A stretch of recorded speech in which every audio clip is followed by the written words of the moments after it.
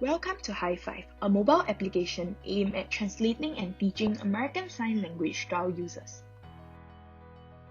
Do you know that according to the World Health Organization, over 5% of the world population today require rehabilitation to address their disabling hearing loss? It is also estimated that by 2050, 1 in every 10 people will have a disabling hearing loss problem, and this is about over 700 million people. Thus, our team is passionate in integrating the deaf and hearing impact by making sign language more accessible for anyone to use and learn. High Five has 5 user stories that we aim to achieve. Firstly, as a user not so proficient with sign language, I want to be able to use a translator that can tell me what the deaf or hearing impaired are trying to convey. Secondly, as a user who is deaf and hard of hearing, I want to be able to easily converse with people around me who do not understand sign language. Third, as a user self-learning sign language, I would like to have the opportunity to assess how well I am learning.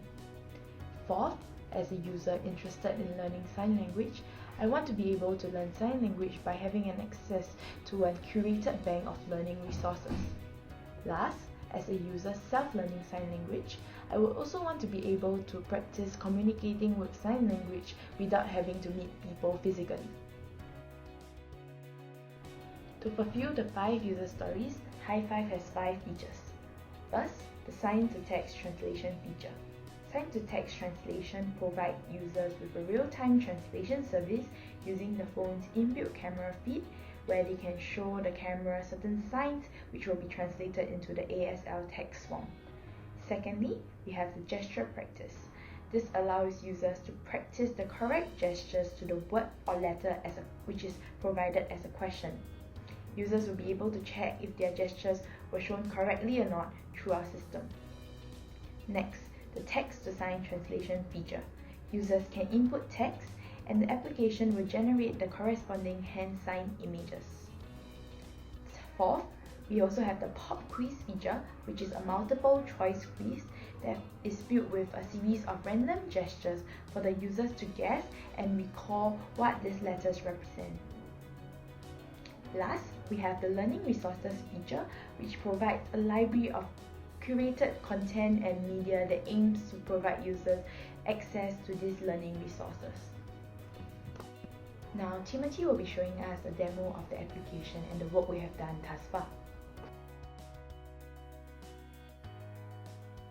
Moving on to our application, first start by installing the Expo Go mobile application, after which you may begin following the provided QR code or link in your web browser. From here, High Five will begin installation and you will land on the first feature we've prepared. On this page, the sign-to-text feature allows users to translate their ASL gestures into an alphabetical form by simply pressing the play button and stop to begin and end the service. Following this is our text-to-sign service, which when given a letter or random word, will retrieve the individual list of corresponding ASL gestures that we have photo taken here at High Five. Next is the pop quiz feature, which allows users to learn the basic ASL alphabets easily through an MCQ system, selecting the right and the wrong answer. Fourth in line is the gesture practice page, where given a randomly drawn question, users will need to perform the required gestures and press the shutter to check their correctness. As observed, if given a word, users will need to photo take each gesture individually, pressing the shutter each time, and it will be automatically submitted to validate their correctness at the end. If a user were to submit wrong gestures, the app will respond with which letter they got wrong, and users may wish to reattempt them. Lastly, the fifth tab is a resource tab, where a list of curated videos, a blog, and a cheat sheet are served to users, allowing them to learn more about ASL beyond our scope. Finally, we have come to the end of our video presentation.